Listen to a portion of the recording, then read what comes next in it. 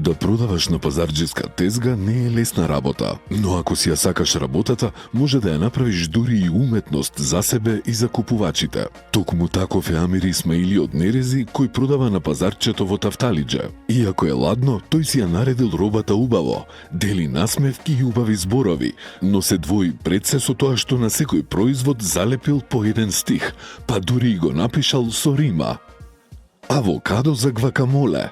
Кога ќе платиш, срце ќе те заболе. Благ кромит од одбрано семе, лупен за оние што немаат време.